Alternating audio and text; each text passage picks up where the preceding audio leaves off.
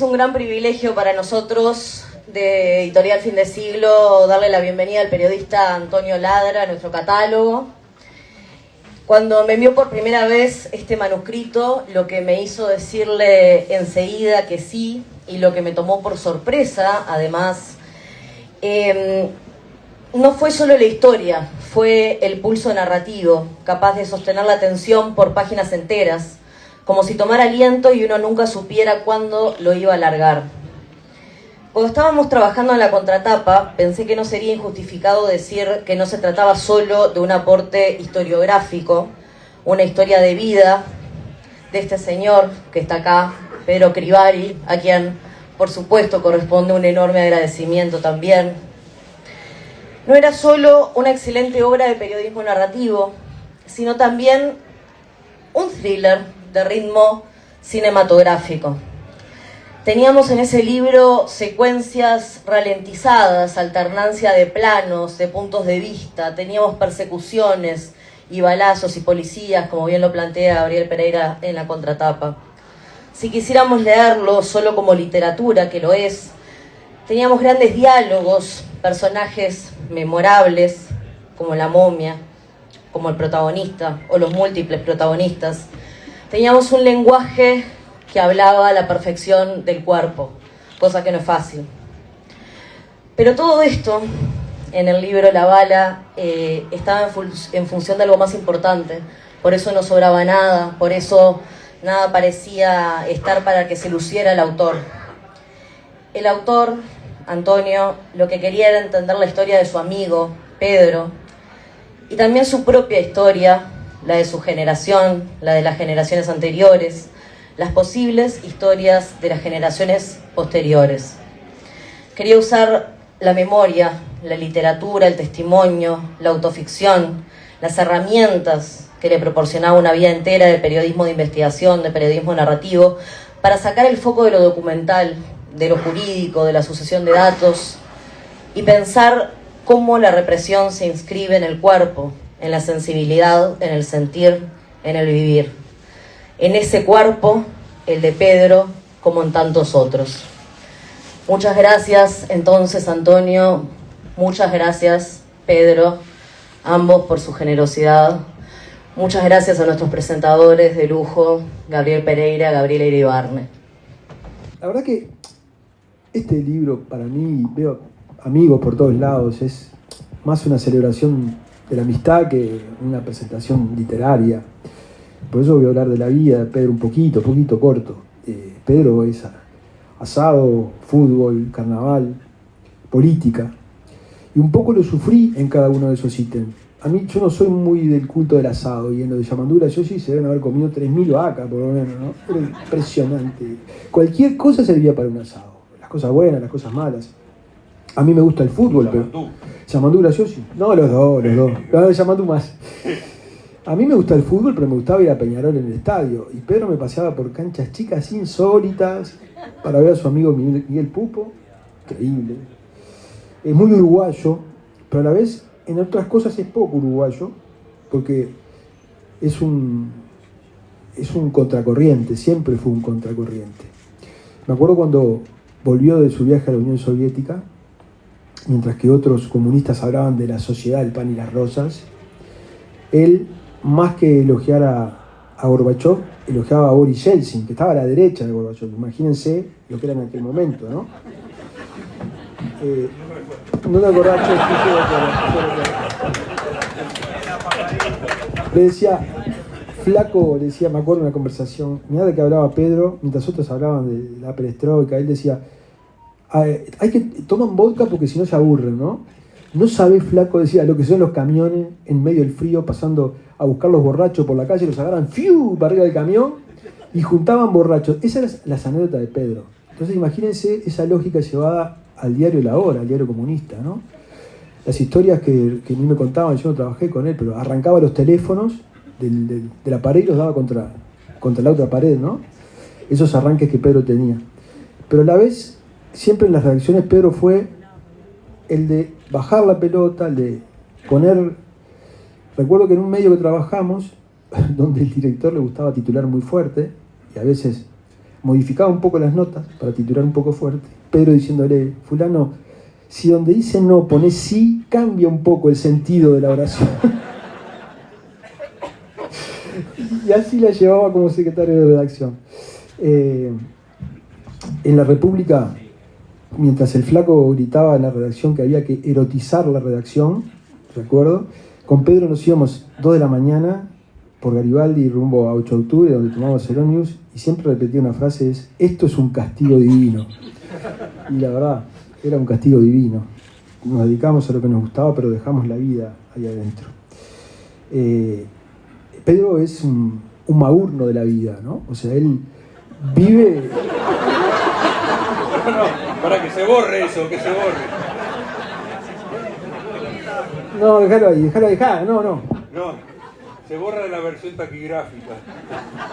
Es una máquina de hacer favores y te arrastran esos favores, ¿no? Un día estoy en el tablado y viene con unos muchachos y me dice, Gabriel, estos son unos muchachos argentinos que vinieron a ver el carnaval, ¿no los podés llevar a tu casa a dormir? Y de ahí para adelante todos los carnavales venían y se quedaban en casa. Durante años se quedaron en casa todos los hijos. La única vez que Pedro me habló mal, seguro no se acuerdan ni ahí. Un día me dice, ayer te vi caminando por Pocitos en la Rambla. Ibas con championes nuevos, medias nuevas, pantalón nuevo, un buzo nuevo. Me dio un asco, me dijo. Parecías un ricachón de Pocitos. Y me pegó tanto, ¿viste? Que empecé a cambiar de ropa. Y a la semana o 2 semanas me encuentro con un pibe del hipódromo, que le fue bien en la vida como a mí. Y después de hablar 5 minutos me mira y me dice, parece que nunca saliste del hipódromo, pareces un reo, me dice. Esa es la influencia de Pedro en aquellas épocas. Mi madre murió siendo empleada doméstica y el último lugar donde trabajó fue en la casa de Pedro.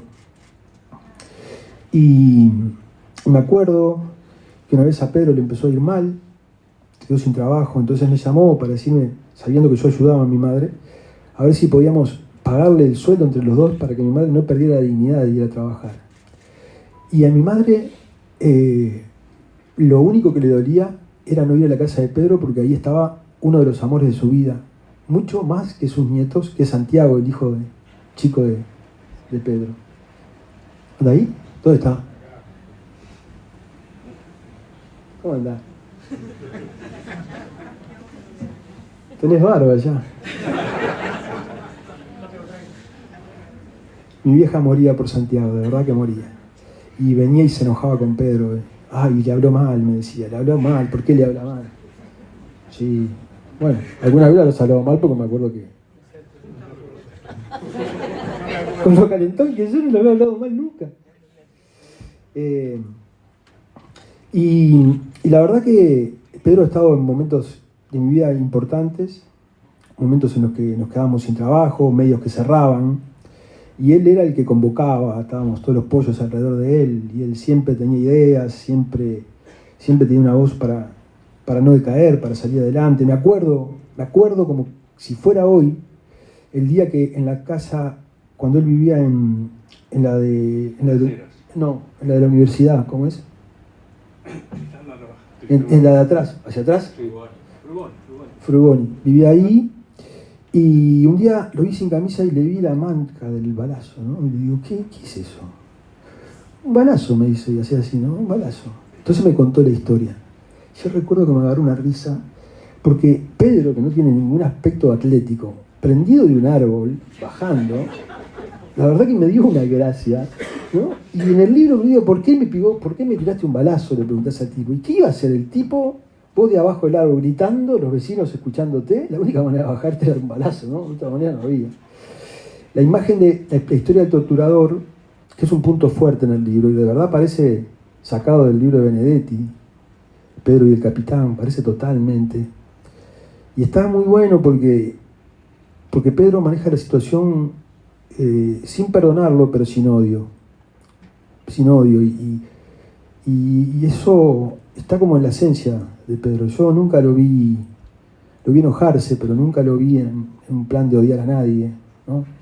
Hay algunas frases que tiene el libro que me parecen buenísimas. Yo digo en la contratapa que el flaco me invitó a escribir, que parece un libro de ficción, pero Pedro existe, por lo tanto eso cambia todo, pero podría leerse en clave de ficción. Hay una frase que dice: el cuerpo es un archivo que no se puede quemar. Otra que dice: una carta de Pedro a su mujer: sospecho que te quiero hasta el estremecimiento de los huesos. Son frases que marqué. Una charla con Andrés, su hijo, cuando pasan por adelante de la sede de inteligencia ahí en Maldonado, Paraguay, y le pide que nunca más pase indiferente frente a ese local. La bala no entró para matarlo, sino para obligarlo a recordar.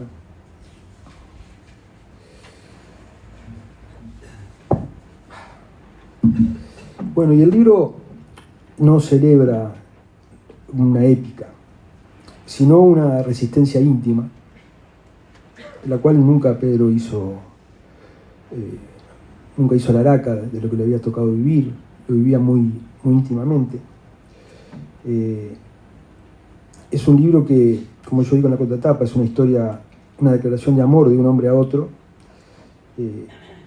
y que amar es también una manera de sobrevivir a las inclemencias de la vida. Cuando la literatura se cruza con la vida real, deja de ser un espejo para convertirse en una herida que late íntimamente, pero late. No pide admiración, pide ser escuchado. No busca perdón, busca comprensión. Nos recuerda que detrás de cada consigna hay una historia, y detrás de cada historia hay un corazón que late, que se equivocó en muchas cosas y que tuvo la fuerza de volver a empezar sin traumas. La heroicidad no está centrada en el balazo y en haber sobrevivido a la bala, sino en alguien que, a pesar de los pesares, evitó volverse un cínico, y en los tiempos de hoy, dejar de ser un cínico a pesar de los pesares de la vida es un acto de heroicidad. En una época donde la ironía parece ser lo que prima, Pedro eligió la ternura para salir adelante, y lo pueden decir todos sus amigos. Por eso decía que esto, más que una presentación, es una celebración de la amistad. Pedro es alguien que se animó a mirar hacia atrás. En esa historia del torturador está reflejado de que se animó a mirar hacia atrás y hacerlo con honestidad, y quien sabe que el amor, incluso cuando duele, sigue siendo la única salida. Muchas gracias.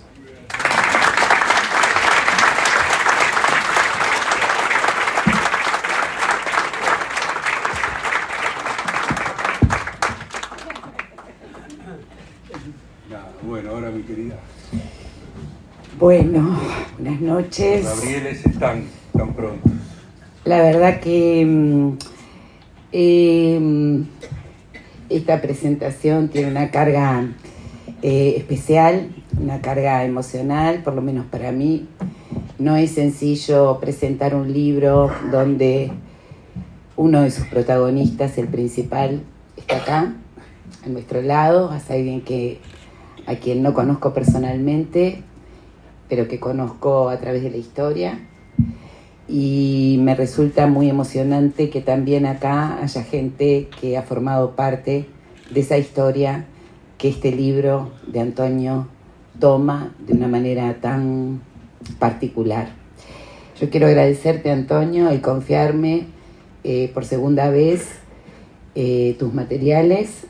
Yo soy un artista también, creo que la literatura es un arte, y cuando uno de alguna manera presenta su obra, está presentando una parte muy íntima de sí y de todos los personajes, que son muchísimos, a lo largo de las páginas de este libro.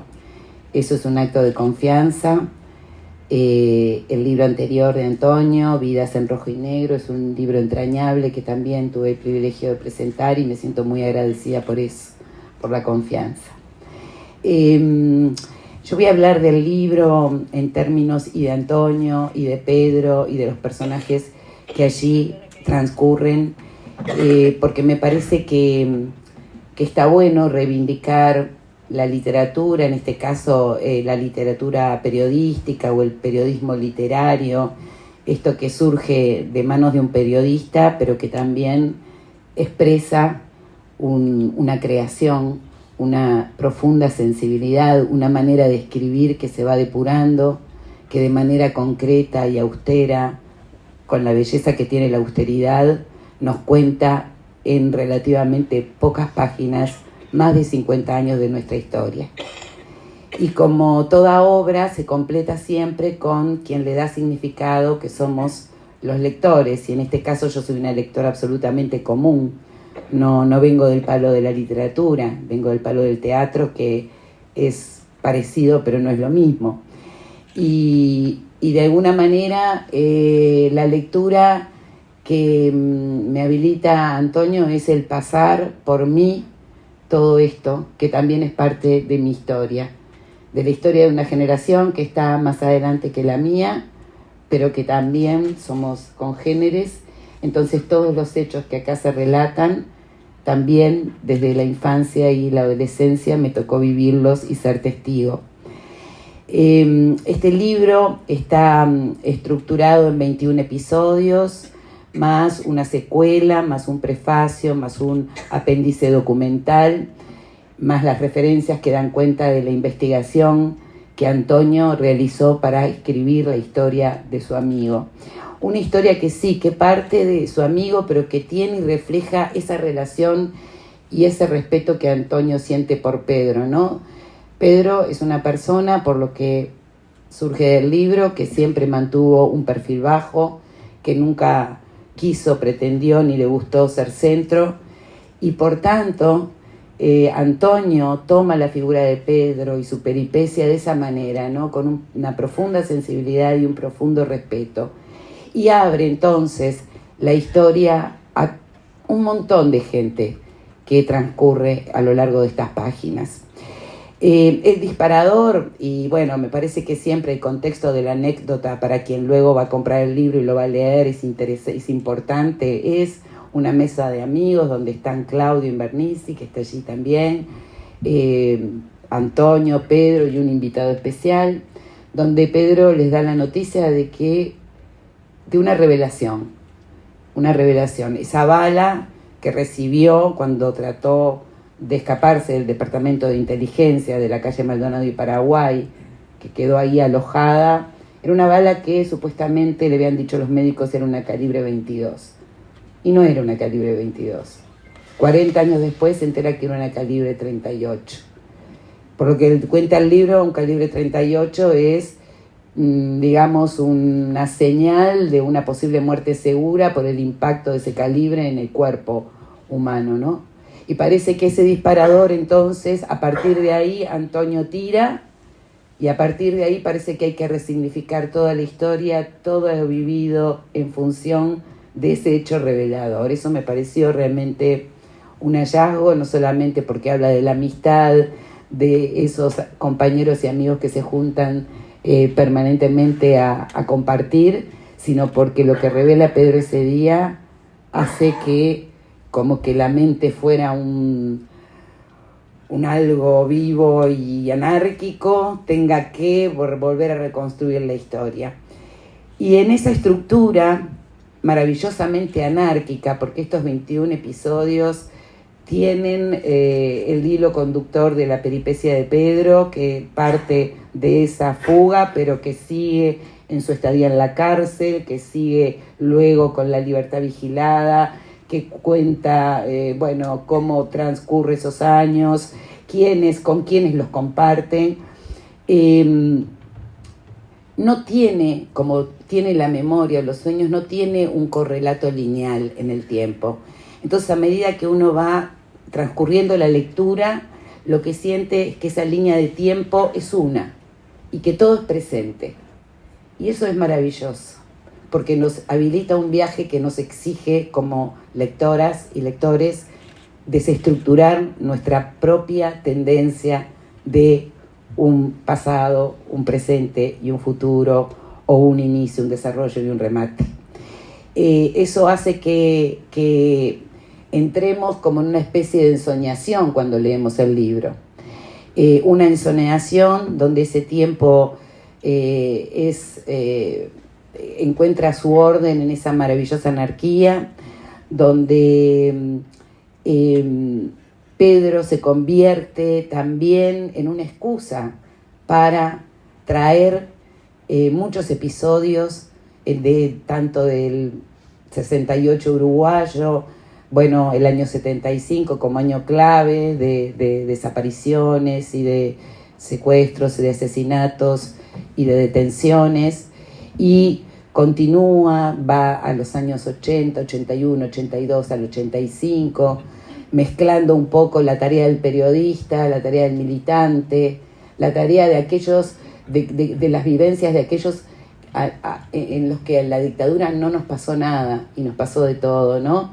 Esos cientos de miles que vivimos la dictadura, no desde la cárcel, sino desde un lugar de ciudadanos y ciudadanas comunes. Son historias que se han contado poco y que hay que contar, y que sobre todo hay que legar a las generaciones nuevas, ¿no? Que no tienen la menor idea de lo que era transitar por esos caminos. Eso Antonio lo hace maravillosamente, con un profundo sentimiento, con una gran piedad y una gran compasión también para esos tiempos y para todas estas personas. Allí está entonces Alfredo García, está La Sueca, que inventa el nombre de La Hora, que también creo que es un diario que nos marcó a todos y a todas. Está el queridísimo Gonzalo Carámbula, está la peripecia del propio Pedro dentro de su partido, del Partido Comunista, está su humor cuando dice, que por lo menos a mí me refleja y me dio una enorme simpatía, que los trabajadores de FUNSA le donaron sangre, que un poco será esa que sangre anarca que corre por sus venas, ¿no? Como él da un manto de humanidad a todos los horrores que le tocó vivir y que les tocó vivir a un montón de hombres y de mujeres, muchos de los que están acá, muchos que están desaparecidos y muchos que ya murieron. Es un libro también de historia, tiene una enorme profundidad, porque también vemos a Antonio en el libro. Antonio es un hombre que está entrenado en objetivar, porque es su profesión de periodista, y que ya desde la tapa me llamó mucho la atención, que dice un periodista en retirada. No te vas a retirar. Uno no se retira de lo que es esencialmente, pero que sin duda le da también, o por lo menos para mí, un sesgo a este libro. También hay episodios que tienen humor, que cuentan la historia, que, como decía la presentadora de la editorial, se convierten en un thriller, pero que también conmueven profundamente, ¿no? Pedro y sus relaciones, Pedro y la amistad, Pedro y la solidaridad, Pedro y su propio reflejo en el cuerpo. Y ese es un punto que me parece sumamente original, particular, porque este libro se lee con el cuerpo. Y no en vano se llama La bala, el cuerpo es un archivo que no se puede quemar. Y te pasa por el cuerpo. Y la memoria en el cuerpo, y que es el cuerpo individual, pero que es el cuerpo social, esa bala que tiene Pedro, yo la quiero como símbolo de la bala que todavía tiene nuestra sociedad en torno a los crímenes de lesa humanidad. Y creo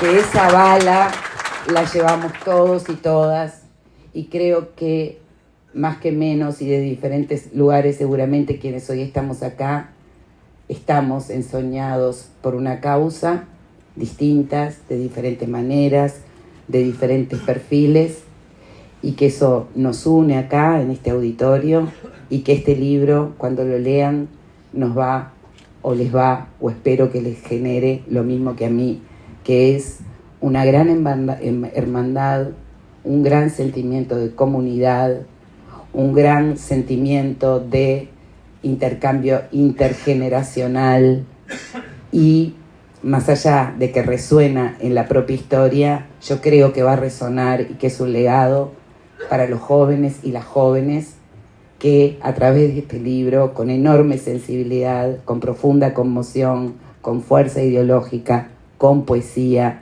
y con virtud literaria, van a recibir una parte de nuestra historia que es la que ellos deben continuar.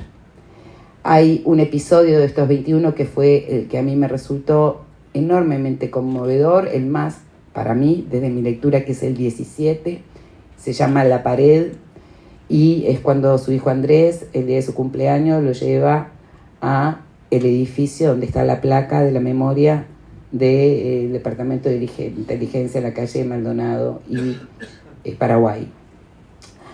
Y creo que es lindo cerrar con una frase que, si bien es una frase que forma parte de una carta que Pedro en tiempos de cárcel le escribe a Cristina, la mamá, su compañera, la mamá de su hijo, su compañera de ese momento, y que si bien es algo personal, creo que es algo universal.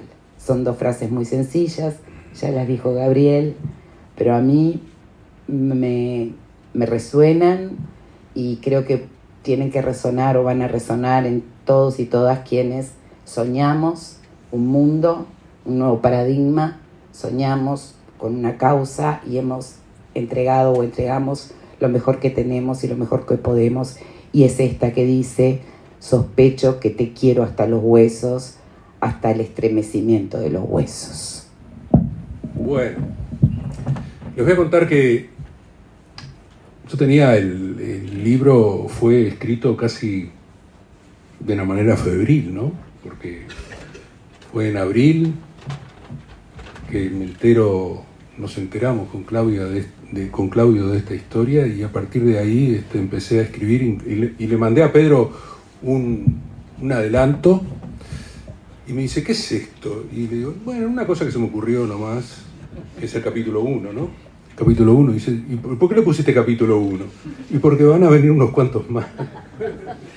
Y vinieron unos cuantos más y escribí.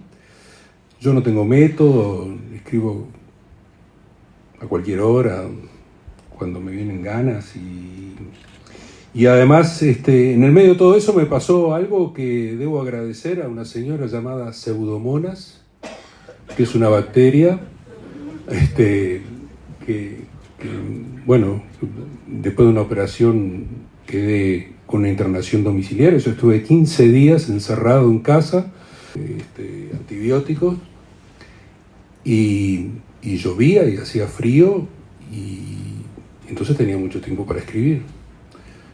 Venía Eugenia a traerme comida o a hacerme las compras, o Adriana. Y nada, yo no tenía, yo lo único que podía hacer, lo único que tenía para hacer era escribir, y ahí lo fui terminando.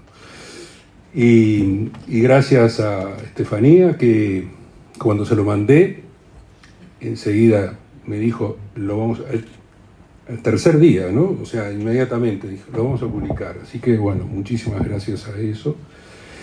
Y bueno, y esto nace quizás de la certeza de que la memoria es un legado, y la mejor manera de contarlo y de honrar a Pedro también es contando su historia, o parte de su historia, porque tiene mucho más. Esto es una parte de un momento, ¿no? Yo conocía la historia, obviamente, de lo de la bala. Fuimos a la playa juntos. Lo vi que tenía esa cicatriz. Pero nunca lo había pensado como, bueno, para hacer esto, ¿no?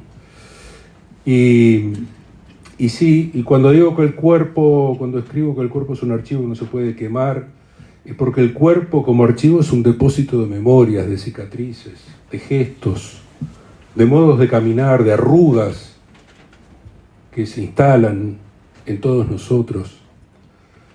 Y no se puede quemar porque, aunque lo intentemos borrar o lo intenten borrar, siempre queda registro en los huesos, en la sangre, en la postura. Tanto es así que cuando se encuentra un cuerpo de nuestros desaparecidos, esos cuerpos hablan. Por eso no se puede borrar.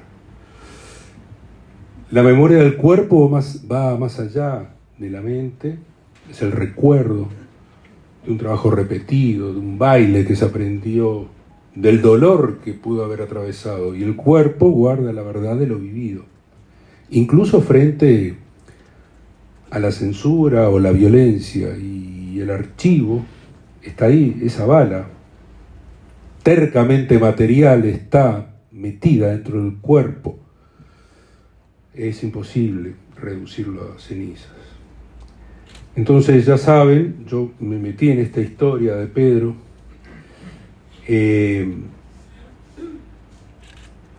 Y nada, esto es un testimonio. No puedo agregar muchas más cosas de lo que dijeron acá Gabriela, que la voy a contratar ya para mis próximos libros, y a Gabriel, que no se asuste también, pueden hacer la pareja perfecta. Así que yo, esa bala que nunca se extrajo, es más que un fragmento de plomo que está ahí, es una metáfora de supervivencia, porque esa bala que lo iba a matar a Pedro, que tenía el destino de la muerte, en definitiva lo salvó porque lo llevaron a internar en el hospital militar, pero salvó a otros, salvó a muchos más. Algunos supe quiénes fueron, otros no. Y a través de esta bala hablo de la dictadura, hablo de la ternura también, de la rabia, de la amistad y de los vínculos que nos salvan. Y nada, lo que me queda es agradecer, porque hay que agradecer, y voy a leer mis agradecimientos, que los tengo por acá. Gente que hizo las primeras lecturas o han sabido de todo esto, me han dado consejos, también insumos. Debo agradecer a Pedro, en primer lugar, obviamente, ¿no? Que lo tuve que, poco menos que llevar a Prepo para decirle, mirá, estoy haciendo un libro sobre vos. Y no. Andrés, gracias Andrés. Alfredo, también. Alfredo García. Romeo Grompone, que vive en Perú, gran amigo de Pedro, que viene mañana, ¿no? Bueno, está viniendo. Tío de Adriano. A Claudio, gracias, flaco. Y a lectores que Pedro no conoce ni sabe que yo le di esto para leer. Marcelo Marengo, que es un amigo mío, abogado, argentino, que tiene un programa de radio, que lo hace para divertirse y que vive la mitad del año acá en La Pedrera.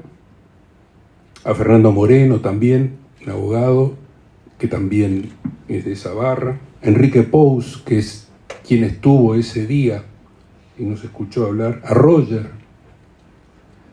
Gracias, Roger, por ese café que te di, que después me diste todo ahí. A Jaime Seco, compañero del diario La Hora. Y a Graciela Leva, la esposa de Pedro, la madre de Santiago, que nunca me dijo ni una palabra, pero ese silencio dijo mucho.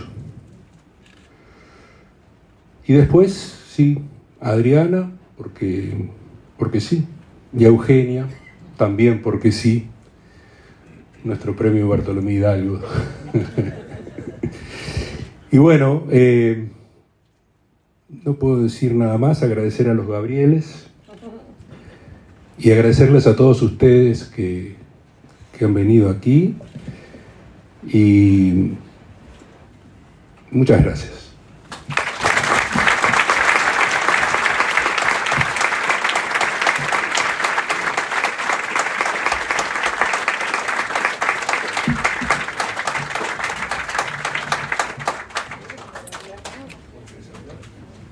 Vamos a decir que te olvidaste de todo.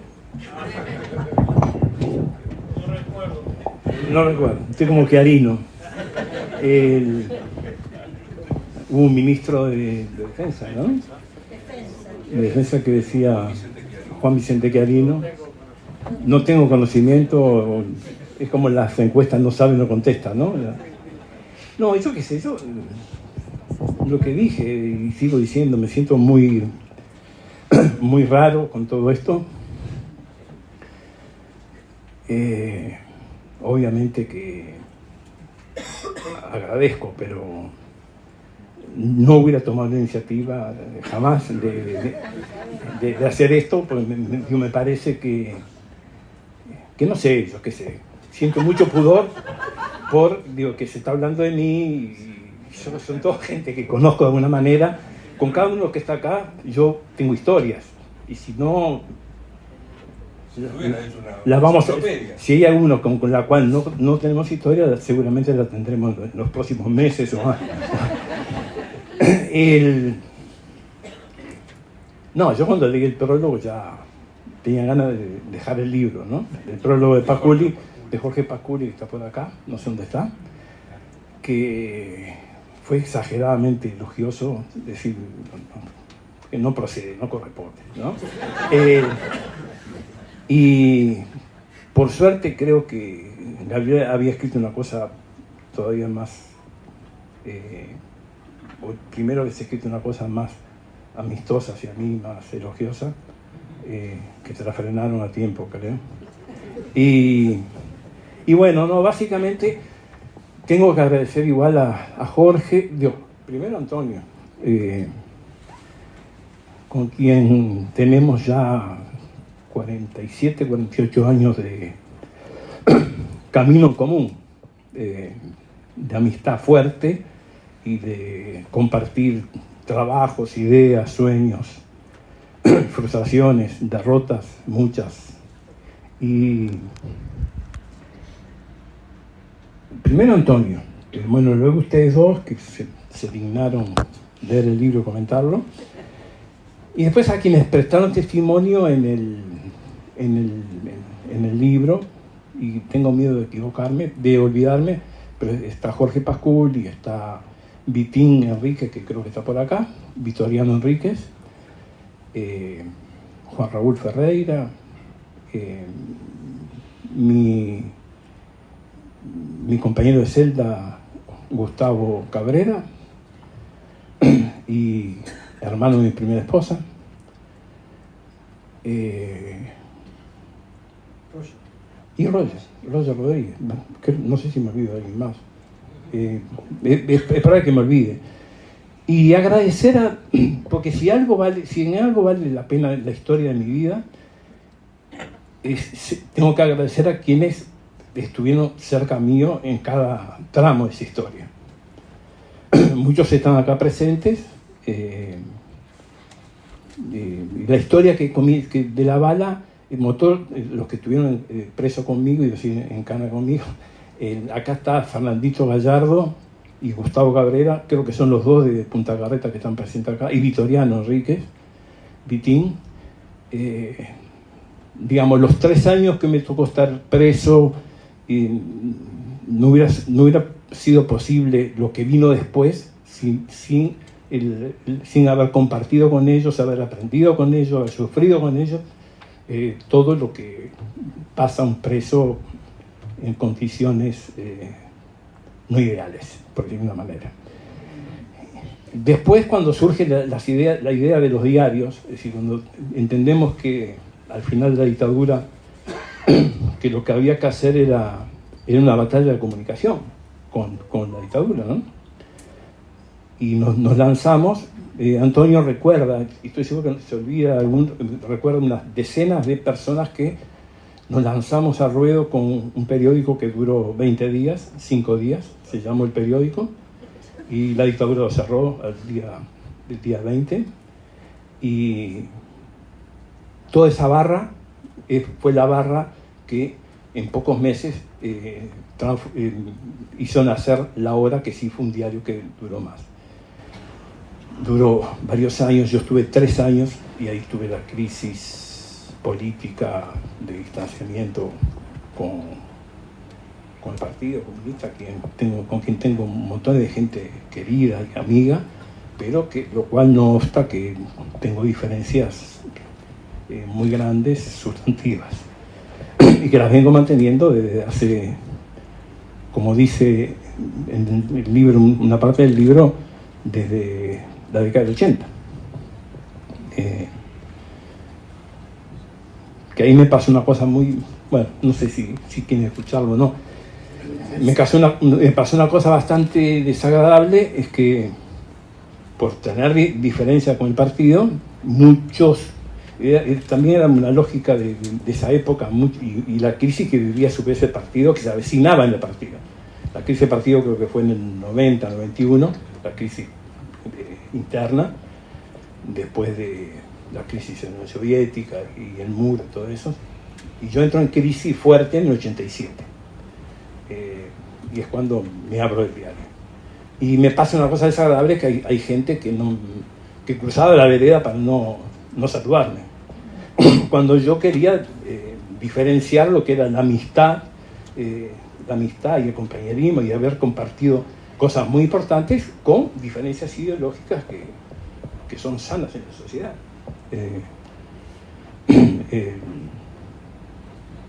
Que existen y que no se pueden resolver con decretos, ¿no? Pero bueno, cada periodo en 5 días en la obra,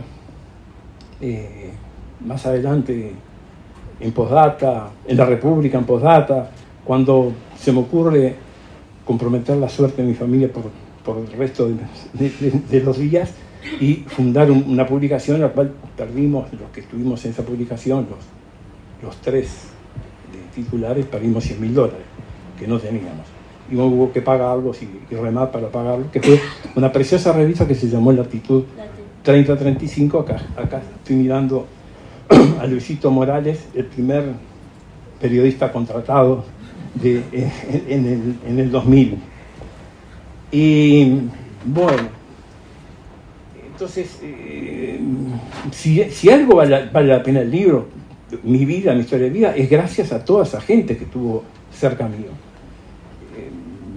Yamandú es un amigo del alma de toda la vida, está acá Yamandú Graciosi, sin apoyo de Yamandú, que no eran apoyos de ideas notables, sino apoyo de amistad fuerte y de compañerismo fuerte, como muchos otros que estuvieron en ese periodo. Yo no hubiera sido posible hacer las cosas que hicimos. Quiero destacar, dejar bien en claro que mi historia es una historia muy menor que mágicamente Antonio la transforma en una historia mayor, ¿no? Gracias a su virtud, su capacidad y su talento. Pero es bueno que se cuenten historias. Hay historias muchísimo más tristes, fuertes, nobles, heroicas. Estoy mirando a Miguel Muyala, 2 veces preso político, en condiciones infinitamente peores que las que sufrí yo y sufrieron muchos presos políticos. Y bueno, la historia de Miguel todavía no se escribió. Está filmado. Y la historia de Fernando Gallardo, que es la historia de los jóvenes comunistas de 33, está por ahí Fernando también, no sé dónde, que hoy ya de joven no tiene poco. Bueno, y también la historia de esos jóvenes es una historia muy fuerte, muy amarga, muy dura. Entonces, yo lo que no entendía al comienzo, ¿por qué se le ocurría hacer contar la historia de mi vida si había tantas historias para porque contar? vos sos mi amigo. Entonces, por eso cuando me preguntan ¿qué opinas del libro? Digo, yo no puedo opinar. Es un libro de amigos para un amigo, ¿no? Pedro, te quiero, Pedro.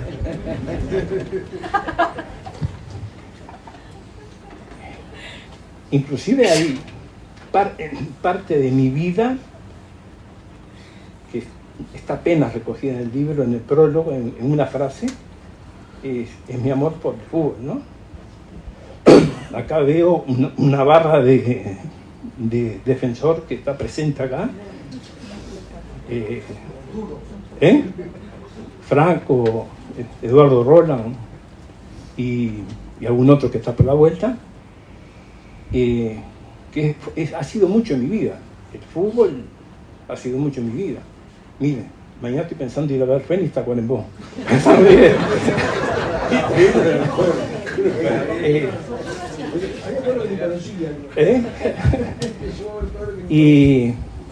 Pero en serio, me siento muy gratificado, muy reconfortado, pero me parece que es como un abuso hacia... un día nos pusimos con el Yamatú a anotar, manía de viejo, ¿no? Anotar los muertos del diario de la hora y sobrepasamos los 100, ¿no? Pasamos los 100. Después rompí las hojas, eso. Hay muchas historias no contadas, no narradas, muchas historias que merecen ser conocidas por las nuevas generaciones, o merecen inclusive ser conocidas por gente de nuestra generación que no tuvo por qué conocerlas. El episodio de Funza es muy lindo. Yo cuando me enteré, fue una vivada de mi hermano, que era dirigente sindical de Funza, ¿no? También fallecido. Los milicos le piden 33 donantes de sangre, ¿no? Y no lo dejan ver, no puede visitarme, no puede verme, mi hermano. Entonces, de nuevo, en plena dictadura, va a la cartera sindical y dice, necesito 33 donantes de sangre para mi hermano internado en el hospital militar. Y bueno, vinieron, pero además vino, en aquella época, todas las empresas grandes fueron intervenidas por un coronel. Había un coronel en cada fábrica, en cada empresa grande, un coronel que mandaba, estaba el directorio, pero el que mandaba era el coronel, ¿no? Que dependía del SMAC o no sé de quién dependía. Y el coronel, que se llamaba Jackson, se le acercó a mi hermano y dice, ¿qué pasa? No sé qué pasó, porque no nos dejan hablar con él. Y logró hacer conocer mi caso, que era uno de los problemas que tienen casi todos los presos y la familia de los presos. Hacer conocer, difundir que había presos que estaban, algunos no aparecían, y logró que ese tema, que mi situación trascendiera, lo cual era un micro seguro, ¿no? Y bueno, iba a decir algo que ya me olvidé, y hace 3-4 años viene Enrique Pous, que es aquel hombre canoso que está allá, que es un frente amplista fanático, pero fanático, que no se perdió, vive hace 51 años en Argentina, en el exilio de Argentina, se quedó a vivir ahí, formó familia, hijos argentinos, pero no se perdió una elección ni interna, ¿no? Si discutían para jugar al ludo, había que votar, venía, ¿no?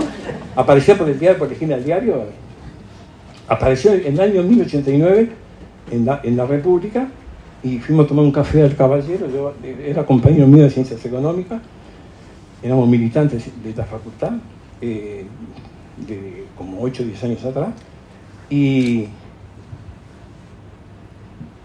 ¿por qué te quiero contar esto?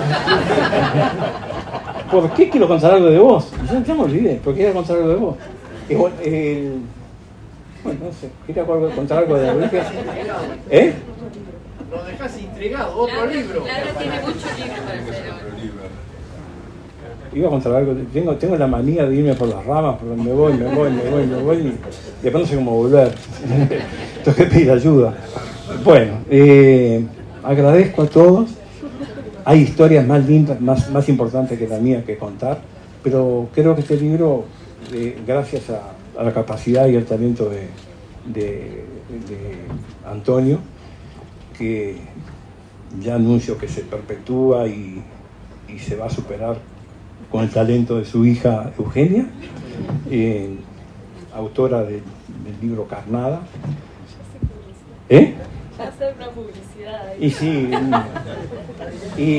y bueno, agradecer a mi familia y seguir remando, no queda otra.